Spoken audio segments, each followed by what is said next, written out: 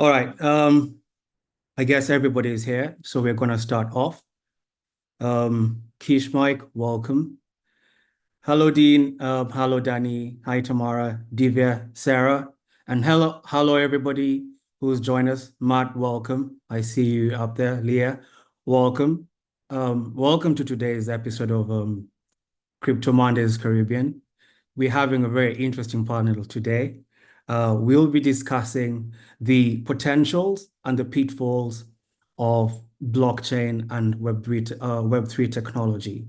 So because of time and because Kish and Michael also have a webinar right after this one, we are going to try to be really spot on time. Kish and Michael, if you have to drop out at that point, you could. But if the rest of the panelists have time and there's questions from the audience, I humbly request your indulgence, but I'll really try to stay within time. All right. So starting us off today, let's start with the ladies. So Dani and then Tamara, Divya, Sara, and then we'll go to the gentlemen, starting with Dean, and then Michael and Kish. Hey, did you want us to do some intros? Is that what you're looking for, Brian? Yeah, right now we're just starting with the intros. We're starting light, and Yeah, then no we're going to take problem. a deep dive right into it. Okay, well, I'm Dani Haston. Thank you very much for having me. I'm from Asset Reality. I guess first of all, a bit about Asset Reality. So Asset Reality provides holistic solutions, mainly to governments around specifically seized assets, everything from if you need people on the ground, if you need advice, if you need the tech that helps to streamline seized asset problems, from data capture through to inventory management liquidation. We do it all of it from end to end. But myself, I have a bit of a varied background. I spent 15 years as a lawyer in private practice, focused on international fraud investigation, asset recovery, and then I had a little bit of a light on moment where I realized I wasn't looking at crypto, and so I got very heavily into crypto, moved to Chainalysis and did 3 years there, a mixture of education, awareness raising role. And having worked on teaching people how to investigate cryptocurrency, then obviously the next step, moving to Asset Reality, was a fairly obvious one to deal with the what next question. What do we do when we find it? So that's a little bit about myself. Thank you, Dani. Tamara?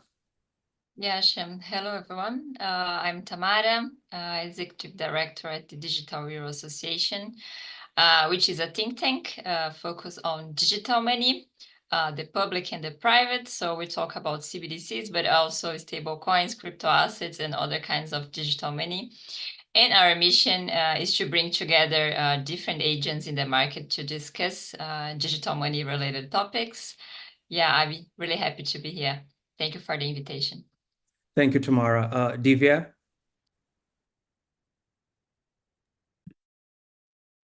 Okay. Hi. Well, hi, I'm Divya. I'm the CEO and co-founder of JurnyOn. We do train tickets on the blockchain. We work with various train operators, including the Transport for Wales.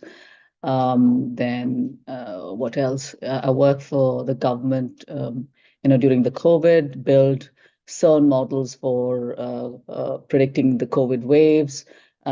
Did sentiment analysis to analyze how people are feeling during COVID and how we could support people, with various government initiatives. And also, I've had extensive background working for banks early on in my career. So that's me. Thank you, Divya. And Sara? Hello, everybody. Very happy to be here in such great company. So my name is Sara Adami-Johnson. I work for RBC Family Office. I'm their international estate, art collection management, and digital asset planner for high net worth Canadians. My background is strictly legal, and my origin block was actually in the blockchain was in the late 90s. So I go back a few years when it was not sexy to talk about crypto or digital assets.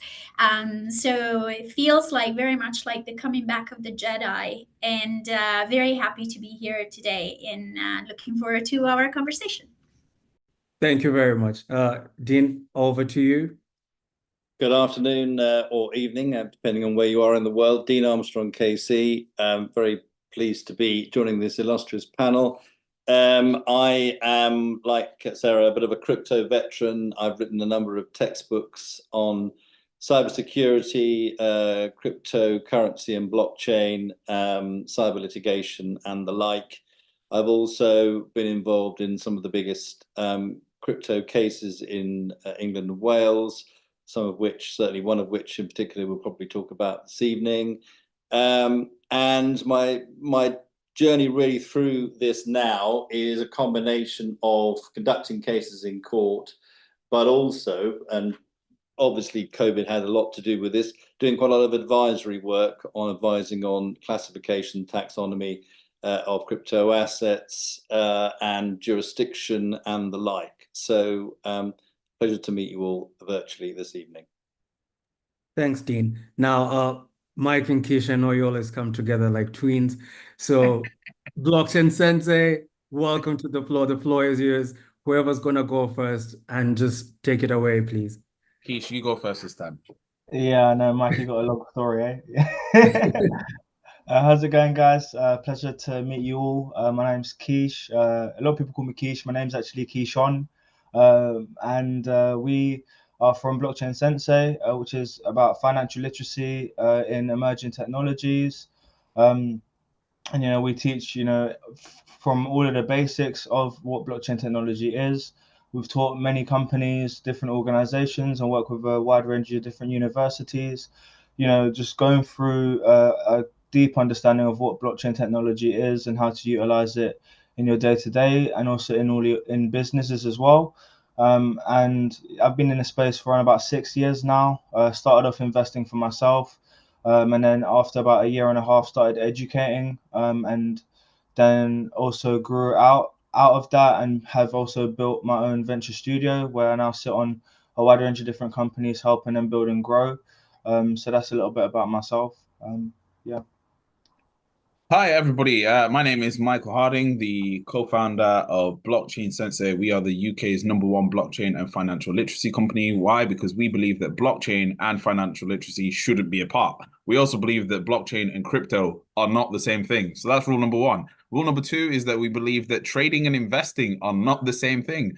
And rule number 3 is that we think it's pretty crazy that someone's first investment is a cryptocurrency or an NFT.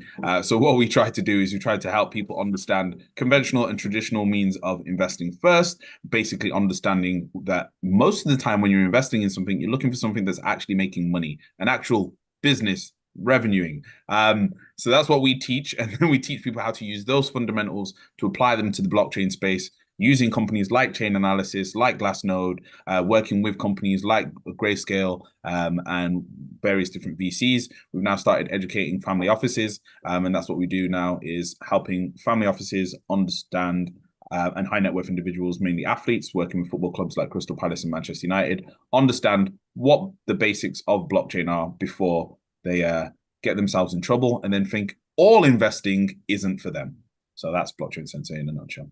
Thank you so much, Mike. Now, let's start Blockchain 101. Dean, we're coming straight to you. As Michael said, there's a disparity, what blockchain is and what crypto is. Now, the lay person doesn't know the distinction, and you are privileged to have a practitioner background and an academic background to this work in this landscape. So do you just want to take it away, please? Sure. Okay. Well, let me, I hope, not become too basic in terms of the concepts, because I think one of the issues that causes problems for people is that there's quite a lot of jargon in this world and in this area, which rather, I think, separates and makes people rather scared of going into it and actually becoming more interested than perhaps they otherwise would. So let's try and smooth away some of the jargon. Let's talk about Web3 first of all. Web3 is obviously the development of the internet. It's much more based upon getting value from the internet, and it's principally based upon three areas, I would suggest. It's based upon the blockchain, and I'll tell you in a moment about the blockchain. It's based upon smart contracts, which are effectively self-executing contracts, which are digital contracts. And it's based upon cryptocurrencies. And I couldn't agree more that blockchain and cryptocurrencies are two distinct individual animals, as it were. People, I think one of the great sadnesses of blockchain and its development has been that people consider cryptocurrencies, some of them consider with justifications being very unreliable, and that's rather put them off any blockchain development concepts and issues and projects. And I think it's important that we separate the two. I'm not suggesting, by the way, that in and of themselves cryptocurrencies are bad. It's just you have to make sure you have caution before you involve yourself with them. Blockchain, completely different animal. I'll talk about that if I may. Blockchain fundamentally is a digital ledger. And the thing that, one of the words which I suspect we're going to hear more than any other this evening will be decentralized or decentralization. And blockchain clearly is a decentralized ledger. So it's a way of putting information on. And the other great thing about blockchain is it's an immutable ledger. So once the information, the data is on there, then it can't come off and doesn't come off. That's fantastic for people, the lawyers amongst us here, because it's an evidential audit trail. Often makes people like me out of business, because often we used to argue about lack of evidence or chains of evidence or whatever. The blockchain fills those gaps, and it fills those gaps, as far as I am concerned, extremely efficiently. So what we have here, and what really we're talking, and what we're going to be talking about, are these two concepts: Web3, which is, as I say, blockchain, smart contracts, cryptocurrencies, and in particular, blockchain and its development. And just imagine, if you're thinking about blockchain, think of it as just a very sophisticated digital ledger. It's a record of what's happened. One of the things I'll talk about when we talk about legal issues is the ability to use the blockchain in real time in courts, which is frankly fantastic. And it's really exciting when you're able to take a judge to the blockchain to show something in real time. But I'll come back to that a little bit later on. I'm a great proponent of the blockchain. I've just finished advising the regulator in the FTX case, dear to all our hearts, I'm sure. And I've mentioned more than once that if the FTX assets had been put on the blockchain, then life would have been an awful lot easier for many, many people, including me, I can tell you. So we are fortunate in the sense that the blockchain has an ability to be much more widely used than I currently think it is. There are some tweaks, and I'll talk about those shortly. There are some issues with the lawful nature of some of the things you can do with a blockchain. Fundamentally, it is the fact that we are trying to regulate a decentralized entity through centralized laws. And that's one of the challenges that I'm sure we may well come on to. So I hope that's an introduction which finds favor with you. All right, thanks, Dean. Now, let's jump over to Blockchain Sensei, because Dean, you've mentioned the legal attributes, the legal aspects, how the blockchain ought to sit within the real world, as we may try to put it. So, Blockchain Sensei, where does blockchain sit within the side of devs, within the side of lay people, within the side of the financial literacy world that you guys are really trying to bring about? Where does the blockchain sit? And how would you guys define it, actually? How would you define blockchain? Yeah, within your circles, because let's say with Dean, there's a way there's the generic definition of blockchain and Web3 and all that, but how it's narrowed down and understood within the legal circles is kind of different. So do you guys take a different view when it comes to the to the real world where the techs Yeah. and the devs and, you know, the youth are engaging with this? Yeah, so with the normal everyday person, let's say, for example, someone that's got no tech literacy whatsoever, we just say that it's the internet split across multiple computers. Simple. Like it doesn't really get more simpler than that. And that's what Blockchain Sensei we pride ourselves on, is taking these big, massive concepts and breaking them down into ways that people can understand, and then giving them relatable metaphors or actions that have happened in real life that they can relate to. So the one that we always like to do is we always like to point out and literally go on Google and show them that, look, the British government lost 10,000 criminal records. Now, if that was broken up into pieces and spread across loads of different computers, if that one server went down, you don't lose everyone's criminal records. Now, you tell me, is blockchain important? The moment you make someone actually understand it like that, they're like, oh yeah, that is pretty important. Then you just you expand it and you go, okay, have you got anything that you own that is important to you on a computer? Most people do. Most people have got pretty much their passports, their medical records, their insurance records, a lot of things on the internet, all of their pictures, normally on Google Drive, normally on the iCloud. If those servers went down, which we've seen big companies be hacked and go down, you would lose all your data. Now, if it was on a blockchain, then maybe you might be able to retrieve some of it, maybe not all of it, but at least some of it. These are the kind of examples that we give to help normal everyday people understand where the value lies in blockchain. This then helps them understand that you don't actually need a token either. Now, when we progress and we go a little bit more advanced, what we then start to talk about, now we start talking about distributed ledgers. Now we start talking about the next step and the next evolution. And for us, when it comes to why it's important in finance, because the whole global system since the dawn of counting has been on a ledger, but now it's a shared ledger where we can all see what's happening all at the same time. Whereas, yes, people like to, one of the things I always talk about whenever I get an opportunity on stage, I like to address the big elephants in the middle of the room, right? Everyone wants to talk about how bad FTX is and how bad all these financial crimes are.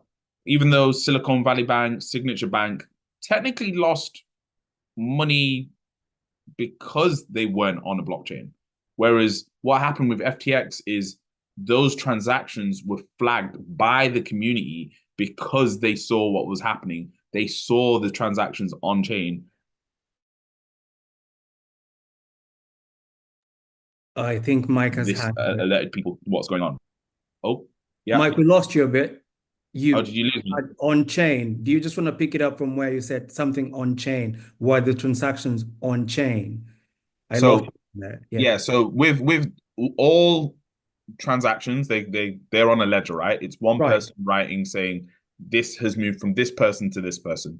Now what we're doing is we're basically putting ledgers on spread across multiple computers for multiple people to access, for multiple people to verify, which is a lot more of a trusted method than what's currently happening right now. Banks that have collapsed, like Signature Bank, like Silicon Valley Bank, massive banks that have been around for decades, right? Were their transactions on chain? Were their reserves available for everybody to see in real time? No. Do many corporates want this to happen? No.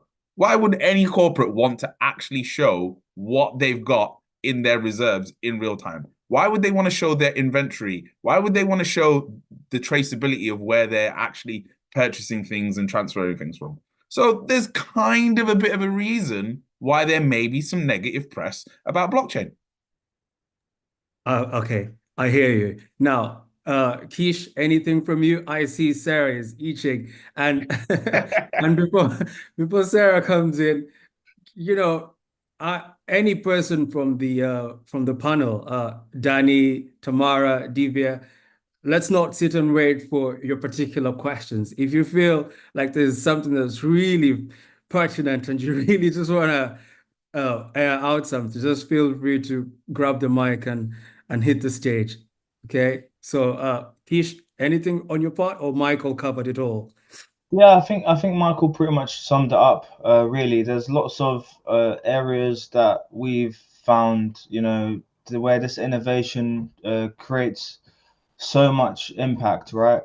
But I think touching on what you were saying about the developer base and people and jobs and whatnot, I think it's a great opportunity for people to grasp and understand, because if you look at the blockchain technology and the capabilities for people to build, it's a level playing field, right? It doesn't matter what country you're from, as long as you have access to internet and a computer and you have the knowledge to develop and code, you can now build infrastructure that can then have you at the forefront of your innovation in the space, right? So I think there's a huge opportunity today that a lot of people don't understand, that I think we should be grasping as a whole, and you know, applying these skills and gathering all of our knowledge to come together and actually build the next Google, the next Facebook, the next so on and so on. So I think this is the interesting part, because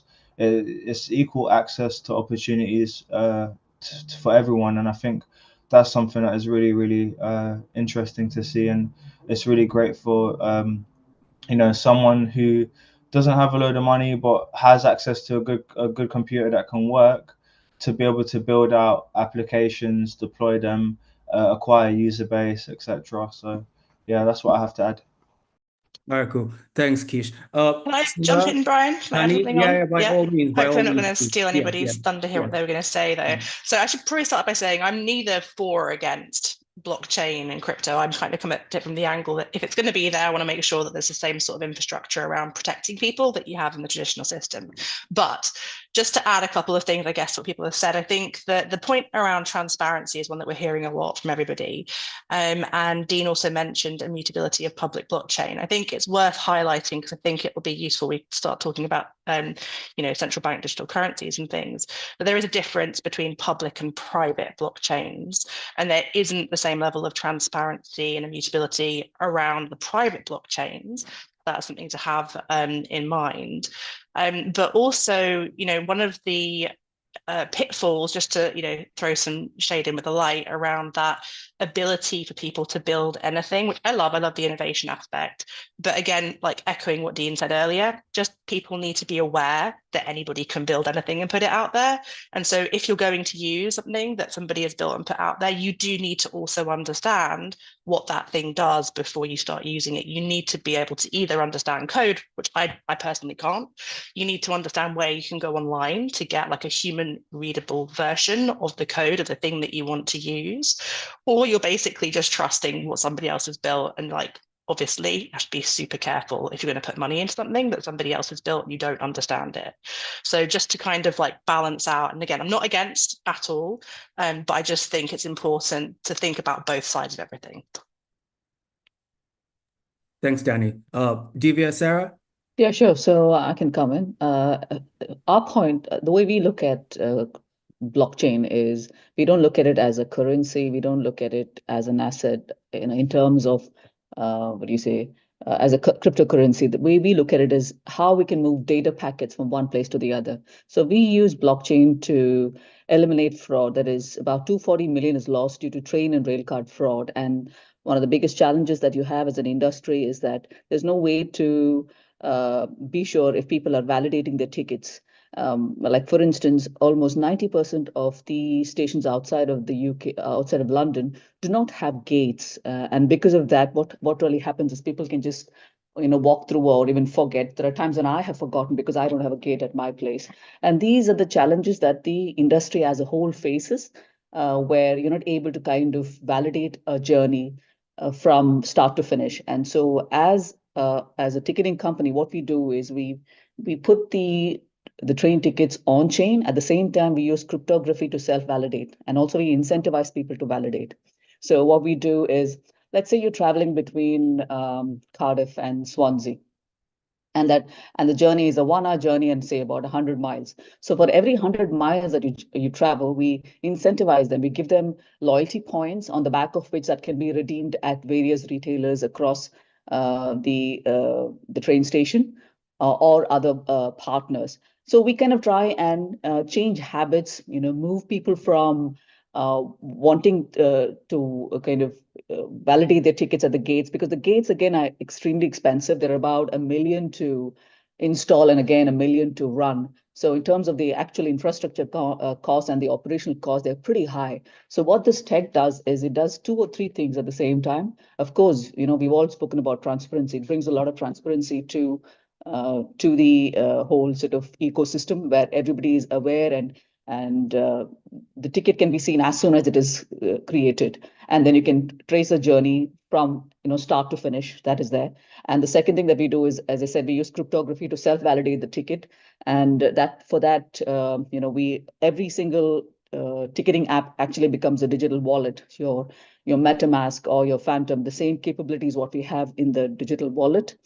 And last but not the least, it's in terms of what do you say? At some point in time, what happens is you begin to own your own travel data. That is as a longer play, wherein over a period of time, you own your own travel data. So you're not kind of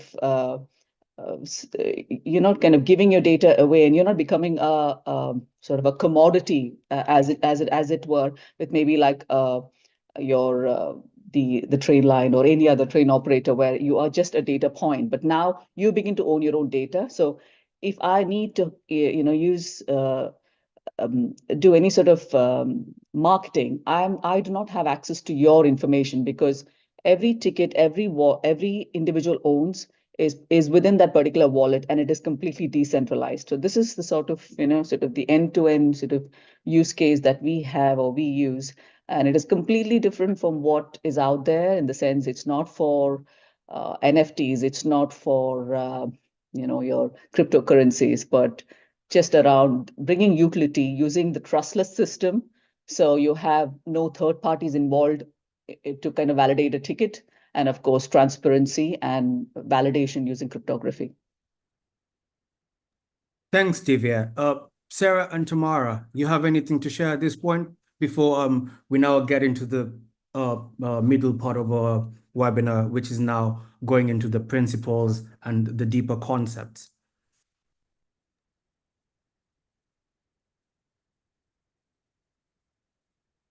Sarah? I think Sarah has hand. Tamara? No, just to say that it took 10 years, right, to the transition from Web 1 to Web 2. And now we are in the beginning of the transition to Web 3. And we know that, just to mention, that it also requires central bank money into the digital era. So this will affect, so you mentioned a lot of different applications, but this will affect a lot also the traditional market, the traditional finance. All right, thank you, Tamara. Sarah, I think Sarah is having some issues. So, Dean, why don't we get into the principles of, so there's the ideal world, there's the decentralized world, there's the issues, because we've heard repeatedly of custody and privacy. And Michael and Keisha are of the view that this is creating new futures, economic sustainability, by people using what they own to, like having control of your assets and doing whatever it is to create a sort of future for a new economic future. So how does the world of the legal world, basically, and the world of everyday people and devs like Divya and Michael and Keish, how does it sit with the legal world? And then Dani will come to you because within the tech and dev world, we have all those fraudulent schemes, FTX and all that. How does it come into play? Okay. Sure. Perhaps to deal with there is a fundamental disconnect. One of the problems, and I mentioned it earlier, when you have centralized regulations which purport to govern a decentralized entity, is that there's bound to be some disconnect. One of the great, for my part, one of the biggest issues with blockchain is not in and of itself it as a concept, but the fact that it's the concept of it is in conflict with our data protection regulations. So many of you will have heard obviously of the UK's governing law, which is the GDPR, Europe's governing law as well, which puts personal data at the centre. That is obviously a laudable concept, and one that we all, as far as I'm concerned, ought to be following. The problem with blockchain, and Dani is, if I may respectfully say so, absolutely right to make a distinction between public and private blockchain. The problem with a public blockchain is because data is immutable. Once it goes on, it doesn't come off. Then concepts such as the right to be forgotten, which many people will be aware of as a concept of the GDPR, it's just impossible to comply with. So when you are drafting regulations about data, but you have new concepts such as blockchain, that there is bound to be a clash. There are also issues in terms of a lot of these regulations, and I'm talking particularly about public blockchains now, a lot of these data regulations, they are built around who is the data controller, who is the data processor. And if you've got a decentralized system, there is no particular entity which you can point to say that individual, that entity is the data controller, and therefore it's their responsibility to make sure that data is properly processed in that particular regard. So the blockchain, in particular the public blockchain, has some issues, not of its own making, but of the making of the fact, as I say, and I reiterate and said it for the third time, but I'm absolutely sure that it's a key concept. When you have a decentralized regulation for a decentralized entity and being governed by centralized regulations, then you've got issues. So there are ways, and increasingly, very much to Dani's point earlier, there are private blockchains. Private blockchains are effectively blockchain created for particular use. One of the ways that it can resolve some of the issues that I've talked about, and other issues for that matter, is effectively to list a set of entry requirements that you have to undertake before you can effectively perform part of the entity. That's very much what some of the banks are doing in terms of settlement and things of that nature. Quite a lot of private blockchain is being developed in this country. There are still issues in terms of blockchain, in terms of its the speed, the transactions per second, TPS, and also that there's obviously other issues about environmental and all that kind of thing, which it's attacked for. But blockchain in and of itself, as I say, and I reiterate and echo what I said earlier, is a very underutilized asset, frankly, a resource. So I mentioned earlier that one of the things, and it's very much the kind of thing that Dani does, is I've actually been and shown a judge in real time where the assets, which were the subject of an asset tracing exercise, where they are on the blockchain. Now, that's pretty new stuff. Judges, and I'm delighted to say that judges in England and Wales are really keen to embrace this new technology. They're really keen to try and understand what the blockchain does, what cryptocurrency is, how the two relate, what evidential assistance it can bring you. So the key point here is that blockchain has suffered because, for several reasons. I think very much agree that there's a potential for vested interest here. I also think there's the issue of the fact that there is a conflict between the way we regulate things and things such as the blockchain. And I also think there just hasn't been sufficient use because people have related it too much to cryptocurrency and being scared. One of the people I look after, I advise, is a musician who puts all of her music on the blockchain. And so therefore the issues such as the performing rights and are they getting their just rewards in terms of the amount of time their music's used? Well, it's immutable. It's on there. They've got a real-time record. We've seen disputes involving significant entertainment stars saying, well, that's not your work. You've actually copied it from mine. I'm a great believer in the use of the blockchain in terms of how you develop and put your stage of your work in real time on the blockchain, and then it's immutable. And it's a very good evidential tool. So fundamentally, we've got some way to go before we can honestly say that blockchain is being properly utilized. But there have to be some things that need to change prior to that happening for my part. Thanks, Dean. Divya, I see your mic is ready to go. And then Sarah, we haven't heard from you today. So please, we would like to hear from you at some point right after Divya. And then we'll hear from Dani and Tamara as well. Yeah.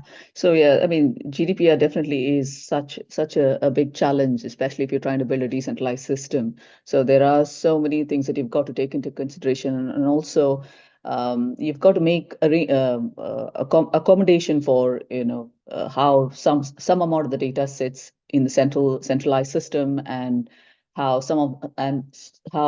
maybe the ticketing information sits on the decentralized system. Yes, while there is a challenge, I think I'm still a big believer in public blockchains, more so because of the consensus mechanism, right? So you have more people on the chain, more people who are making the consensus happen. There are more nodes in the system. So while definitely it's an easier option, a private chain is an easier option, but the public chain is really that needs to. And those are the sorts of systems, and those are the sort of applications that needs to come alive, because there are more people on this, and there is not, I would say zero, but almost 99.9% chance of having an erroneous validation, or a parallel chain that you can just spin off. So as much as GDPR is a challenge, we need as a collectively, as both lawmakers and as developers, we need to come together and see how best to resolve it and how best we can approach. While there are so many options available, of course, you cannot forget the biggest challenges maybe with GDPR is that you have to, you can the concept of being able to forget one person, right, on the online is that is a challenge. However, we can kind of get something similar with something like a zero knowledge proof concept, where the data might not be visible to everybody as to whose data it is. So it's not a way of, there's no way to forget someone, if the data is on there, but maybe you would not know that that person's data is on chain. So that's something we can do. And these are the sorts of conversations we got to have with the regulator to see where we can get to, because it's so important to have these private chains, and also not compromise on data, while, yes, there are some stop gaps, like you can keep some of the data centralized, some of this data decentralized, but eventually, there should be people should come on the table, have that conversation, say, what are the other approaches? While we cannot forget, can we do something else where the data is never known whose data it is? I don't know. Those are the sort of conversation I suppose we should have at some point in time. Okay, thanks, Divya. I have a question. Oh, sorry, Sarah. Sorry, I have to jump in because there are so many things. So first of all, I just wanted to clarify that there is a big difference between decentralization and distribution, even though they seem to be the same. So decentralized, and to our blockchain guys at Sensei, to the educators here, it's really important, and they were getting at it. I think like decentralization really means power, and there is not one power. So not one power source. There is no pyramid where all the power is included in, but really there is a diffusion of power. Whether distribution is about delocalization, so where the actual computers are all over the world, it literally on the ether, but it's really that idea of distribution through the locality. So the logistic of where the computers that have copies of the digital blockchains are distributed around the world. And then to the other issues of consensus and protocols. So all of the different blockchains have their own different protocols, which are the rules of engagement for the verification of the data that it is uploaded on the chain. And all these different protocols, they pose different issues in different systems. WorldCoin's protocols have like a eye scanning system for verification whether proof of stake of proof of work have their own mechanism, and then you have crypto cryptography, which is like the layer of security that is built into the system itself. And then you have the rewards, which I've heard people talking about rewarding system, which is very much based on behavioral economics. And how do you get people in the system, and how do you make it sticky? How do you make people stay within the system? So all of these different concepts makes it actually difficult to understand this technology. And to the point of the sovereignty of the system and the economic sovereignty of the system, I would say that that's where it becomes really difficult for users. And to the sovereignty space, going back to my specialty, I have to tell you, there is a thing that's called the right to be forgotten in the GDPR, but I would say that the weakest link of everything is when the user that happens to have NFTs or happen to have crypto or happen to be on the blockchain actually does fail to tell their heirs or to tell the executor where the keys are, what to do with it. Simple things like, if I own a piece of land on the metaverse right next to Snoop Dogg, does my executor still have to rent it or stake that NFT after I'm gone, after I'm dead? And what is my fiduciary responsibility as an executor to either do or not do these things? For example, how long do I have to spend to try to find the keys? What is a reasonable time to try to find the keys so not to be sued by the heirs, because these things have financial values. So I just leave it there. I'm sorry, I didn't mean to go on, but I just want to have an opportunity to just I see Michael wants to talk. So Yeah. Michael, go ahead, please. No, you're just saying everything that we would say. Like literally, this is everything that we say at Blockchain Sensei, and I'm just like, finally someone else that's highlighting the most important things. Like we often see students talking about, oh, I don't want to have a ledger because it's not decentralized enough. And we're like, okay, so how are you gonna back everything up? Do you not believe in maybe diversification of where you put your assets? Like we get people worrying about fees before they're worrying about how they're gonna retrieve the assets or hand the assets over. And we see this all the time. So on the decentralization thing, we are quite controversial at Blockchain Sensei in terms of decentralization. We don't actually think it exists. So Sarah's just said something that we actually do believe in. We believe distribution exists, but decentralization is a idea and a concept that can't truthfully exist. The reason this can't truthfully exist is because of the concept of venture capital. So if venture capital have LPs, which is the liquidity providers that provide them the money, that are very wealthy individuals, and they put the money into companies like A16, like Sequoia, or JP Morgan, and then JP Morgan end up buying and owning MetaMask, which is the most important wallet in the entire space. Is that wallet then decentralized? No, because it's owned by a centralized entity. They're the main investors. And I think this is an area that everyone always forgets. Like a lot of Web3 projects I speak to all the time, they're like, yeah, we're building this decentralized project. Oh, but I want to know, can you connect me with Google? I want to be part of Google VC. And it's like, well, that's not decentralized then. Like you're defeating your own object. People don't know where they stand, but I'll let Keish touch on a few other examples that we always talk about.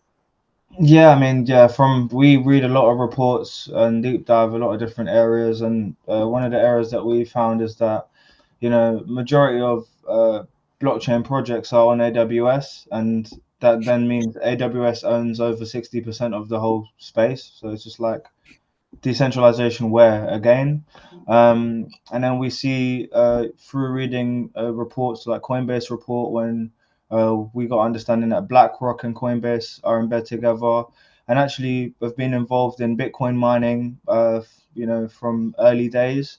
Then we even dive deeper and realized that Vanguard owned equity in a Bitcoin mining company in 2007. So it's just like, you know, where did Bitcoin come from now? So there was a lot of errors that we covered, and to gain a deeper understanding of, you know, decentralization as a concept. Yes, I'm all for it, and yes, it is. I think it is possible, but only within sub niche or tight knit communities, and I think it's mainly developer communities at this stage that we're at now, because I think we need to progress more no code platforms and understanding the code for normal people to be able to first of all write their own smart contracts and also be a part of the space more deeply. But yeah, these are some things that we found that made us really consider and really think about this whole decentralization thing, when you understand the bigger players that are really owning majority of the space. Yeah, thanks, Kish. Now, Tamara, I was actually going to ask you a question, and you brought yourself right into the conversation. Thank you, Tamara. So let's speak this decentralization, centralization thing, Tamara. And I'm going to ask you a question before you say what you're going to say. So in terms of CBDCs, are CBDCs a way of just regaining control in terms of like shutting out the competitors, the cryptocurrencies and the private finances and all that, and the issue of privacy as well with CBDCs? But don't answer my question first. Let it percolate. Go ahead with what you were saying before. Yeah, just to mention that, so Kishan mentioned all these blockchains. This is really curious because there are numerous blockchains networks designed with different protocols, consensus mechanisms, and use cases. And while this diversity fosters innovation, it also leads to fragmentation. So where assets, data, and value are separated within specific blockchains. And we know that it's really important that as the blockchain space matures, the ability for these networks to work together becomes crucial. So interoperability between all these blockchains will be really important for the market. Otherwise, we will have the same situation using another technology, and this is one thing that we want for the future. Yeah, so now returning to your question about the CBDC, we know that 95% of the central banks in the world are research alternative for their digital money.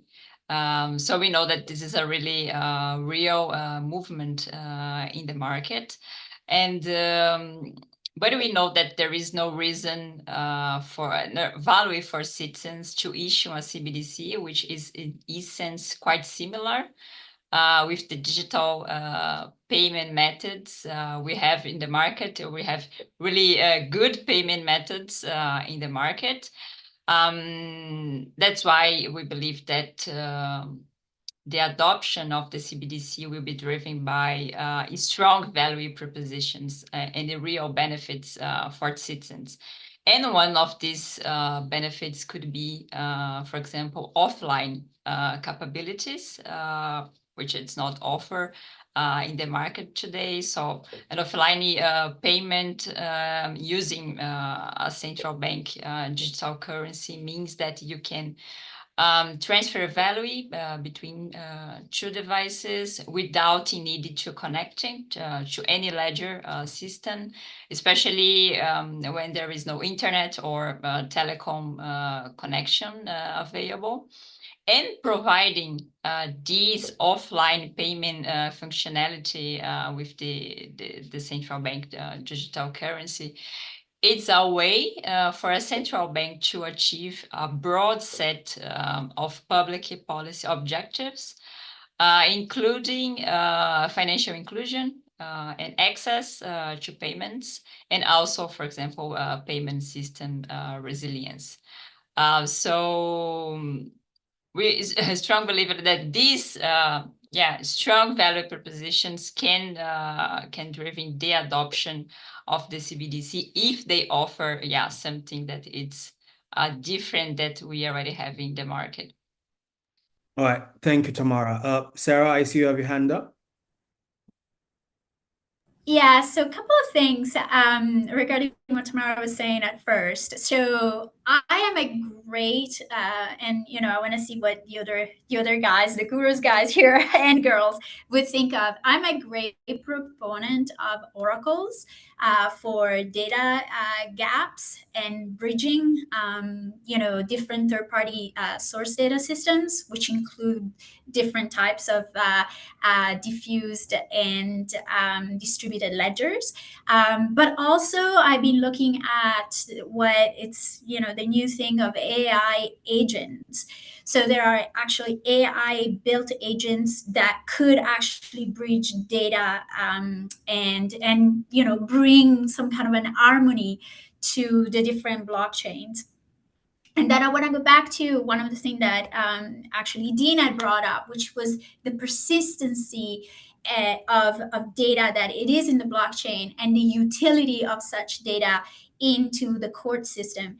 And I want to reassure, the audience that the lawyers are not going away. I mean, you will need the people like Dean and Rachel to actually defend you in a court of law. But what it's becoming more interesting is that the tools that they have at their disposal to bring, relevant and admissible evidence when and if such evidence is admissible through, the debris that is created by the blockchain data, it's super important. So I leave it like that.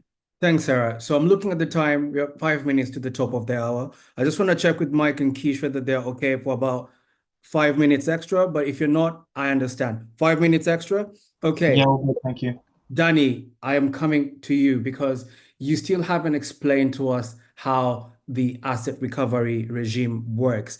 I know it from reading the case law, the AA line of cases. You understand the AA line of cases, but in practical sense, how does it work?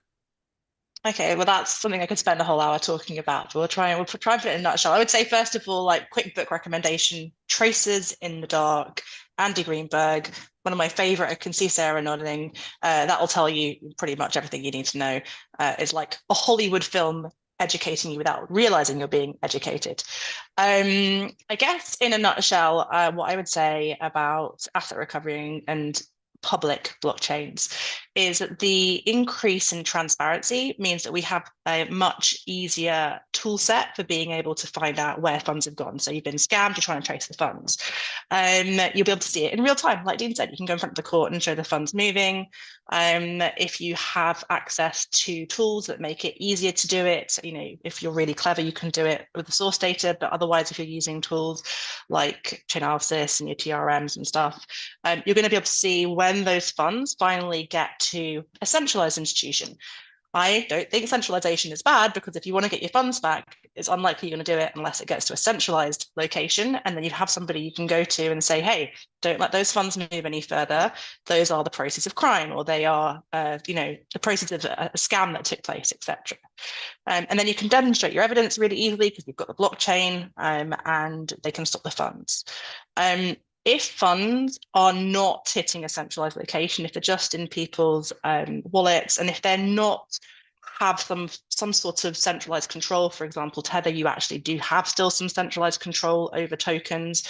If they're in that type of token, you can go back to Tether, and if you get a corporation, if you've got court orders, you can actually have them freeze those tokens wherever they are, whether they're in a centralized institution or not, burn them and reissue them. So there's way more opportunity with public blockchains, public ledgers, to be able to trace your assets, and if they hit a centralized location, act quickly to have them frozen, get your court order in, and have them recovered.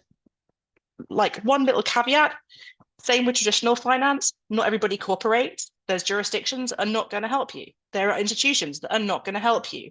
We're also very early on in this ecosystem. Some people don't even understand they have to help you. So, you know, when you said about, you know, the big FTX scam, I kind of smiled. I don't know if you noticed, because, you know, for me, the FTX scam's got absolutely nothing really to do with crypto. It's got to do with corporate governance. It's got to do with letting a 26-year-old control billions of pounds of people's money without having lawyers in place that can tell them what they need to do to make sure that's all very safe and governed. So yeah, you know, that's sort of my view on everything, is you need to make sure you have the infrastructure, you need to have the knowledge. We're 15 years in, 95% of people listening to this hour would probably not understand half of it. And it's great that we're doing this, help spread the education. But there's a lot of risk in making sure that we provide the infrastructure to provide that governance, and the other end of the ecosystem, be able to help people get assets back, and then be able to help them get assets back to victims. So from law enforcement back to victims is all super, super important. Okay. Thank you, Dani. Now, Divya, a quick one, and Yeah. then we start doing our summing up so that Michael and Kish can give us their takeaways before they exit the forum. Yeah, I think it's just a quick one. FTX, I mean, rightly pointed out, the fact that it failed and, you know, people don't know what was happening is because it was not decentralized. It was actually a very much a centralized exchange. And yeah, I think that is one of the biggest challenges, along with, as you said, all the regulatory issues that were around it, and not having the legal framework around it, without a doubt as well.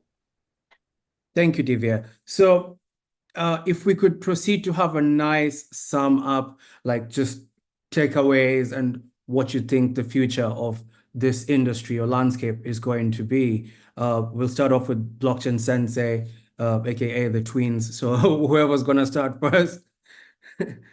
You go, twin. You go, twin. Okay. So the future is I gave this talk in Surrey University the other day. I'm going to say it again. It's exactly what got me into this space initially, which is the idea that everything can be tokenized because of smart contracts. Smart contracts, what I questioned was, what is the global valuation of smart contracts?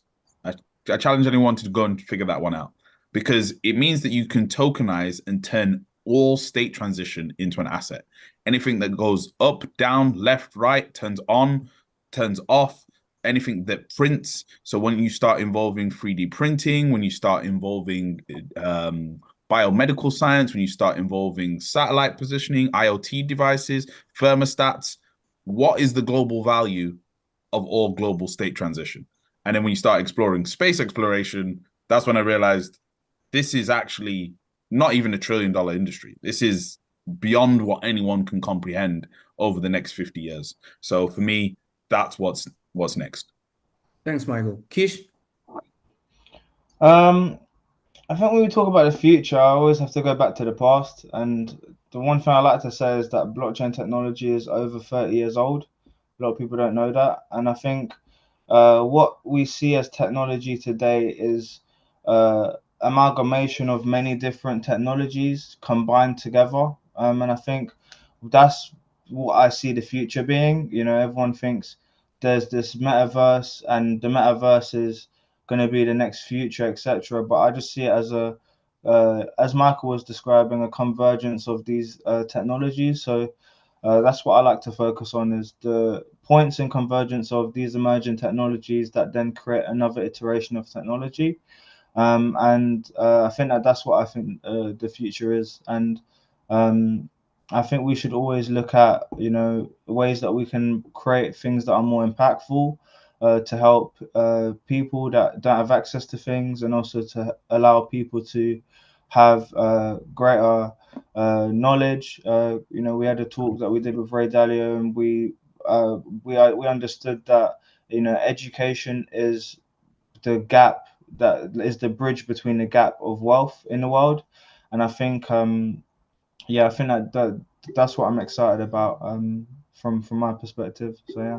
Thank you, Kish. Now, tying it neatly, Divya, because you're part of the dev world and the actual, you know, happenings in the industry, you want to take it up as well with your takeaway? Yeah, absolutely. So, you know, there's a lot of excitement around AI because it can create trustless systems, but then there's a lot there's a cost to that trustless system because of the amount of data that needs to be trained. If you actually compare the amount of data that needs to be trained and measure it against how much it costs, even if it is a proof of work, forget proof of stake, even if it's a proof of work, it's actually very much more expensive. So when you're looking at the thing being trustless system, the future, and if you can build a half decent product, which is a trustless system on the blockchain, and probably using something like a proof of stake, then you'll be more cost effective and more efficient than an AI trustless system. So that's my sort of big takeaway.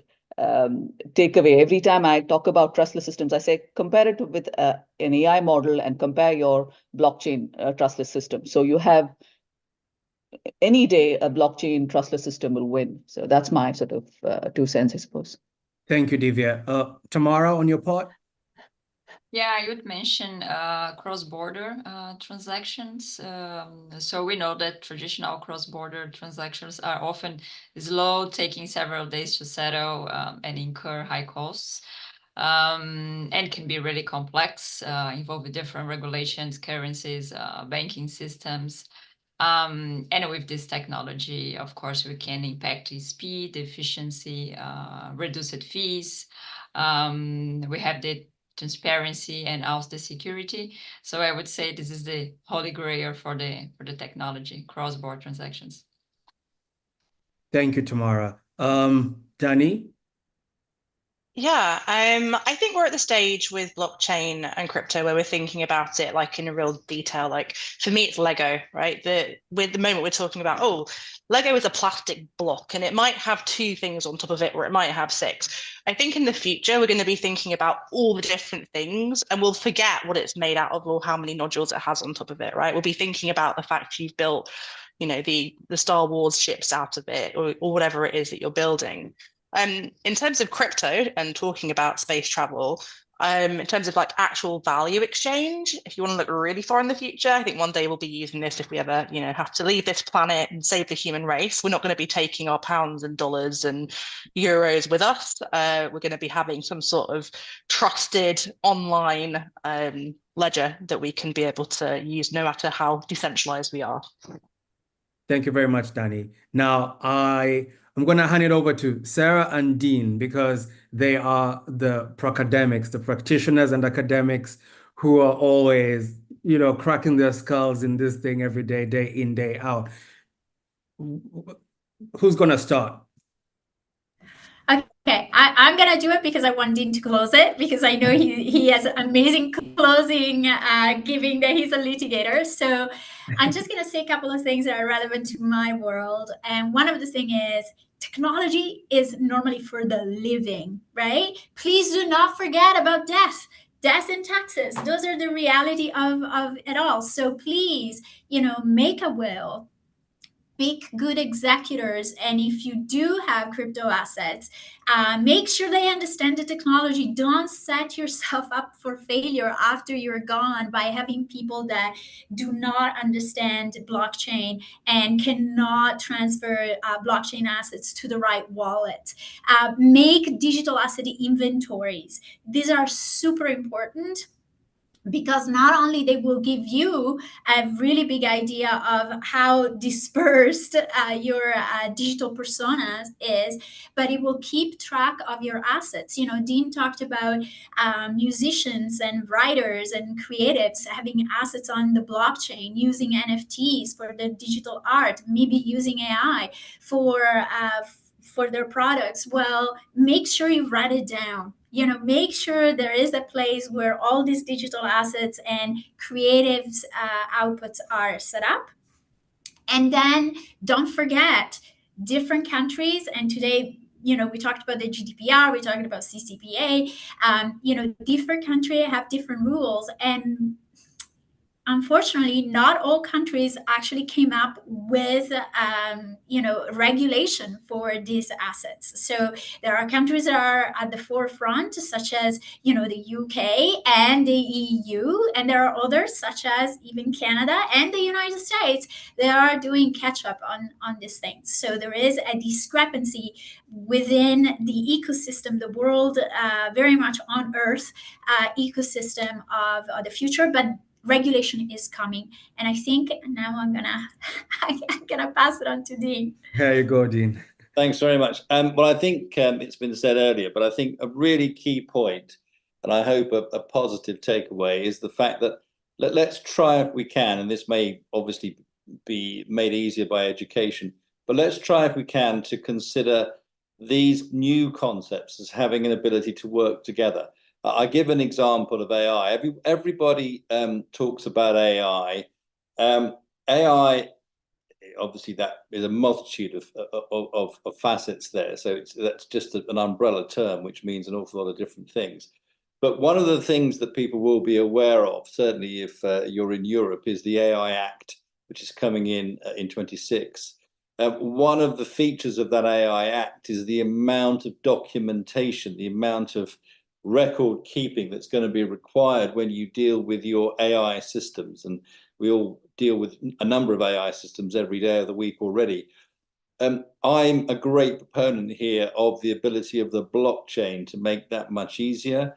So what I say is, and I do think that it has to come through education to a degree. Let's not think about crypto assets as one thing. Let's not think about blockchain as another thing. Let's not think about AI as a different thing. Let's think about how those three, for example, those three concepts can all interrelate, because they are much more interrelated than anyone could ever give credit for. The situation fundamentally is, and we always try, all of us have tried on this discussion this evening, to try and make matters more simple. As I say, there's an awful lot of jargon. Think of it as a data play. Every single aspect, AI, blockchain, crypto, their assets and their resource and their ability to make matters easier, but it's all involving data. It's all fundamentally how we are using our data which increases every single day of the week, data which is increasingly significant, probably the most significant attribute this world has now, certainly one of them. Let us look at how we can use data which runs across AI, crypto, blockchain, how we can make it more efficient, how we can make our data safer, and how we can actually get real value for our data. All of these entities and all of these concepts have an ability to do that, but we have to be mindful of the fact that we have to be guard against abuse of those concepts and abuse of our data in the process. Thank you very much, Dean. I'm very grateful to all the panelists and to the members of the audience for attending. But just a quick question, if there's any burning question from a member of the audience, you can raise your hand and ask it quickly before we fully wrap it up. If there isn't any, then we'll call it a day. So I'll just give you a few seconds, 6 seconds, to see if there's anything. Matt, you're always ready to chime something in in our conversations. You have something today, Matt?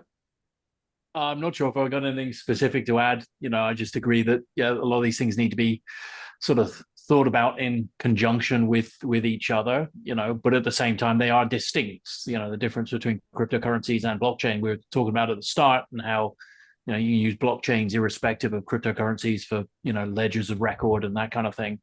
But at the same time, a lot of these things are interrelated as to how they interoperate, and the effect of things like AI and blockchain. You've got something that is generating content potentially that does not ordinarily exist. Is creating content out of the ether, but that then is being permanently recorded on a blockchain. Perhaps there's considerations there that need to be considered, especially when you then throw in all the legal context of right to be forgotten and GDPR and other regulations around the world. So yeah, no, I don't have anything. I don't think I've got anything more particularly to add. It's been hearing the viewpoints today. All right. Thank you very much. I know I have to release. Michael, you have something to say? Or adios. All right, cool. Michael, Thank you very much. you really See you have later. to leave because I've seen your link in the other chat. If Yeah. you really have to leave, you can just pop out. Quickly, what's this? Do you see blockchain being used in the education system, that is in university diploma tracking? Any member of the panel want to help this student? Actually, this is my student, Shavette. Yeah. I absolutely think it should be. I mean, if you have people that are handing out fake certificates and stuff, especially, for example, in the medical world and stuff, where you need to really make sure that you can trust that person. If the only certificates that you trust are ones that are issued on a blockchain from that university, and you're able to go back and check it with them, it's going to really help to build that trust. So I think it's a great use case for them. All right, thank you. So I say that's the long stop for now. So thank you very much, members of the panel, for saving your time and sharing your knowledge with us, and for the audience for attending. Thank you and bless you. We'll see you on the next episode. And I wish everybody a good time and rest of the day, a pleasant rest of the day. Thank you very much. Thank Bye, you. everyone. Bye. Bye. Bye. Thanks. Bye.